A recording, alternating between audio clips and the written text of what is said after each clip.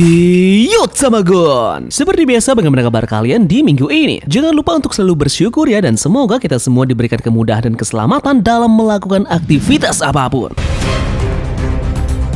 Pemerintahan dunia bergerak cepat untuk memburu sang ilmuwan terjenius di dunia, yaitu Vegapunk, guna untuk segera dieksekusi. Agen rahasia terkuat milik mereka pun diutus untuk menjalankan misi rahasia ini. Jadi, di manakah keberadaan dari Vegapunk saat ini, dan apa maksud dari pemerintahan dunia menargetkan Vegapunk untuk segera dilenyapkan? Minggu ini kita dikejutkan lagi dari isi One Piece chapter 1062 yang berisi banyak sekali hal yang sangat menarik. Di antaranya adalah kita mengetahui bahwa Vegapunk saat ini mempunyai 6 kloningan tubuh yang mewakili dirinya sendiri. Tidak kalah mengejutkannya juga, agen rahasia dari pemerintahan dunia yaitu CP0 ditugaskan untuk segera membunuh Vegapunk saat ini, dan mereka segera menuju ke Pulau Edheg. Yep, sebelum kita masuk ke videonya, seperti biasa ya, jangan lupa like, komen, dan subscribe untuk bentuk support kalian atas channel ini ke depannya. Jika sudah, terima kasih banyak dan bersiaplah nakama. Tarik jangkar dan mari kita berlayar.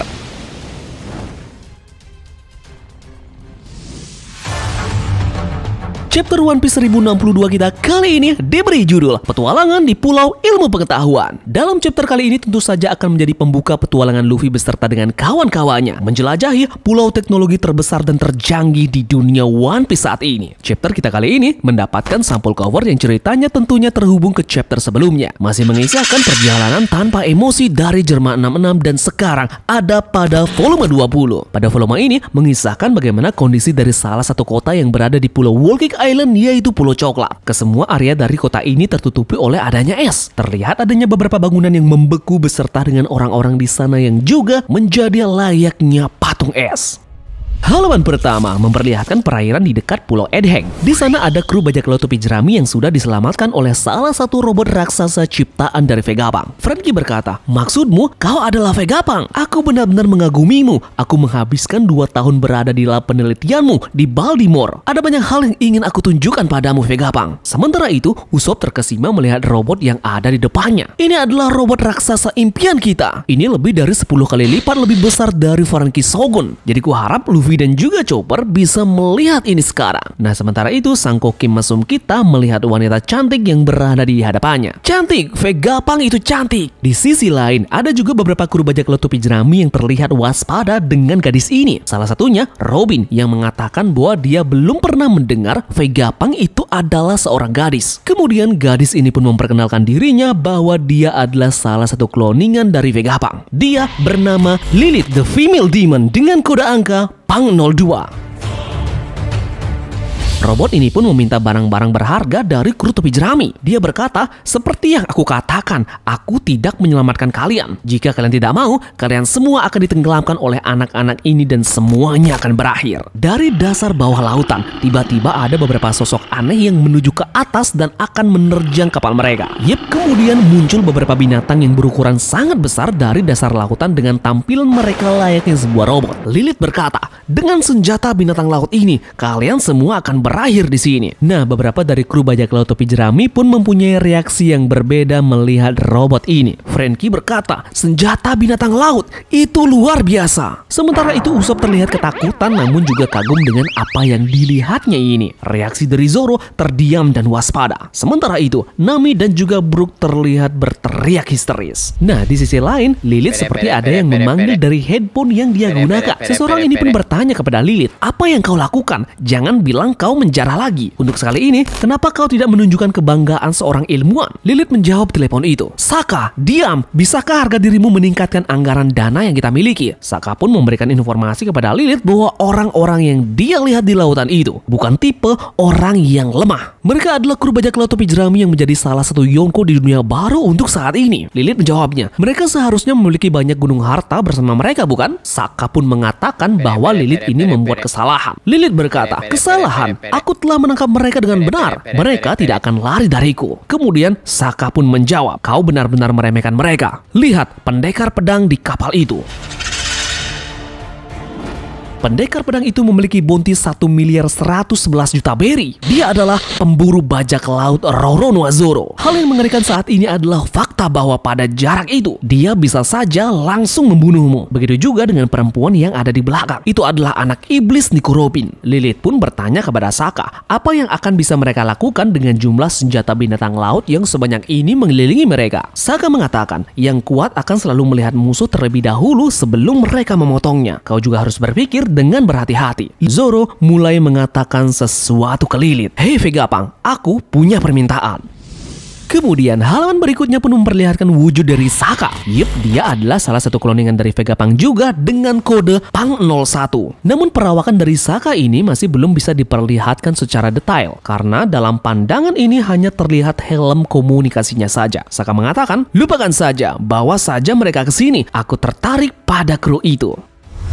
Selanjutnya, panel berpindah kembali dan sekarang kita akan menuju ke gua kecil di dekat Pulau Egghead. Di sana terdapat kelompok Luffy yang waktu kemarin terdampar di sebuah gua. Luffy terlihat menanyakan sesuatu ke Jewelry Bonney. Apakah ada alasan kau datang ke sini, Bogey? Bonney pun menceritakan hal rahasianya sambil menangis. Dia mengatakan bahwa ketika dia masih kecil di laboratorium, ayahku berubah menjadi cyborg di tangan Vegapunk. Aku ingin Vegapunk mati. Luffy malah meresponnya, itu keren sekali. Bonney berkata, saat ini dia tidak lagi manusia, kesadarannya sudah hilang, dia bahkan tidak mengenal dirinya sendiri. Dia hanya dibuat menjadi tidak lebih dari senjata. Bonney pun dengan emosional mengatakan dia tidak akan memaafkan Dr. Vegapunk akan hal ini. Nah, di sela-sela Jewelry Bonney ini menceritakan kisah pilu ayahnya. Mereka pun terlihat menuruni sebuah tangga yang mempunyai jalur akses ke bawah tanah. Halaman selanjutnya pun memperlihatkan mereka sudah tiba di permukaan dan tepat berada di dalam Pulau Egghead milik Vegapunk. Panel luar biasa pun memperlihatkan bagaimana keadaan yang ada di pulau ini. Berisi sangat banyak sekali teknologi canggih. Adanya bangunan dengan bahan keseluruhan adalah mesin, robot-robot besar yang berada di tengah-tengah pulau, dan makin anehnya lagi, terdapat naga robot dengan 4 mata. Seperti biasa ya, Luffy dan juga Chopper tampak kegirangan melihat kondisi di sekeliling mereka semuanya adalah robot. Luffy berteriak, tempat apa ini? Robot raksasa. Ada banyak yang terbang di sekitar. Ini seperti ruang angkasa. Di sisi lain terlihat Jewelry Bonney sempat berbicara di dalam hati bahwa dia mengatakan pernah bertemu dengan Sabo di Maria Joa. Reaksi dari Jinbe kebingungan melihat tempat di sekelilingnya. Dan bodohnya lagi, bakal Sencho kita pun menaiki naga dengan 4 mata yang ada di dekat mereka tadi. Luffy berkata, aku akan naik itu. Bonney pun memperingatkan Luffy bahwa mereka di sini adalah seorang penyusup, jadi jangan melakukan hal yang aneh. Yups, dan seperti yang kita duga, Luffy pun meneriakkan Gomu Gomu no Rocket. Luffy langsung menaiki naga aneh tersebut dan naga itu pun memakannya. Chopper berteriak, Luffy sudah dimakan. Nah, namun entah kenapa tiba-tiba Luffy keluar dari tubuh naga tersebut dan terpental jauh. Luffy pun kebingungan, dia merasa sudah dimakan oleh naga tersebut tadi.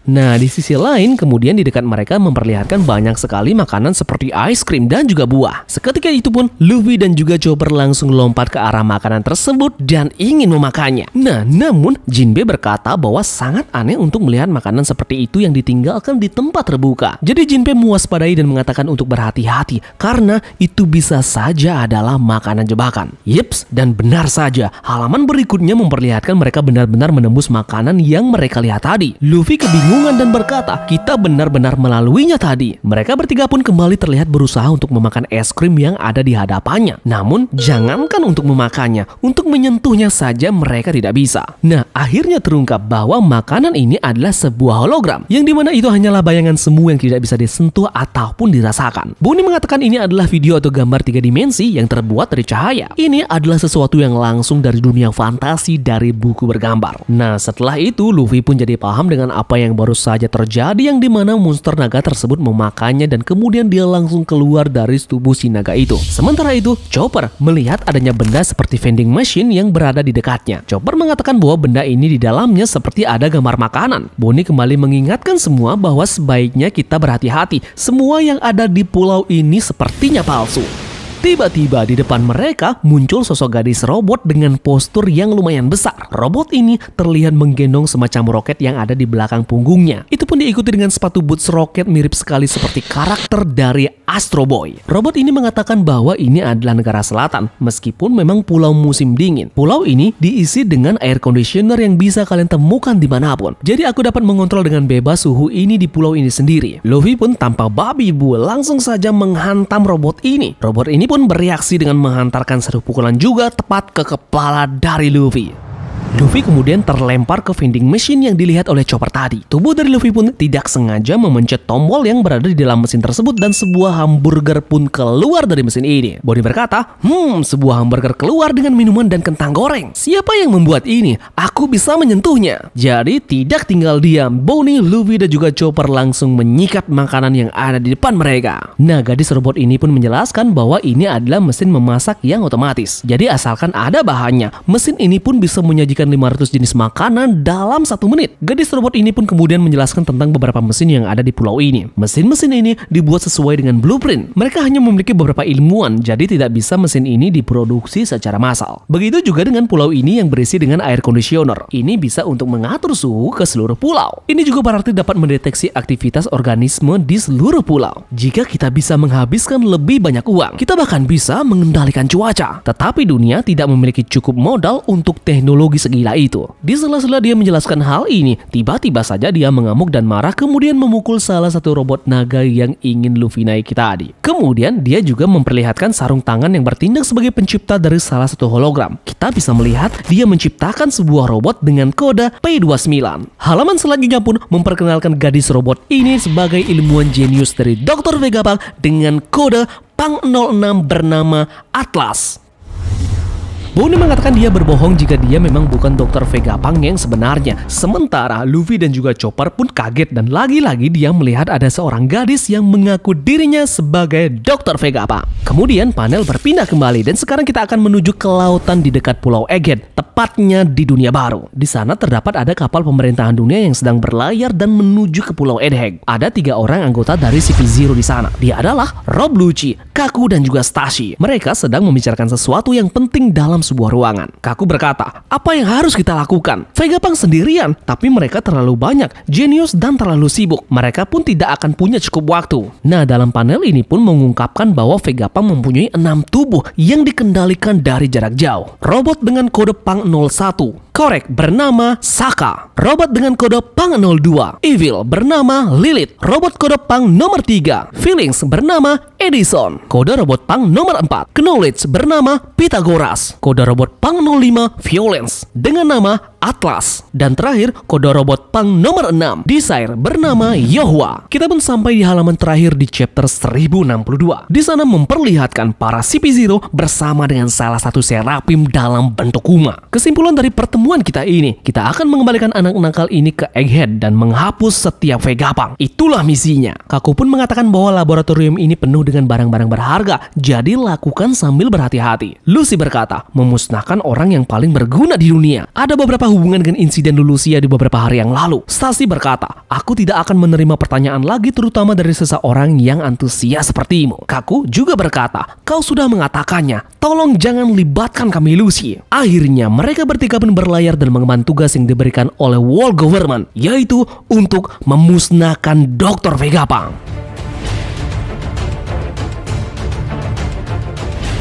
Yeps, mungkin itu saja yang Tambogan bisa jabarkan dan review mengenai chapter terbaru kita, yakni chapter 1062. Ingat, untuk di minggu depan chapter akan rilis seperti biasa alias tidak libur. Terima kasih dari kalian yang sudah menonton video ini ya, dan semoga video ini membuat kalian terhibur. Sekian dari Tambogan dan turunkan jangkar. Mari kita berlabuh.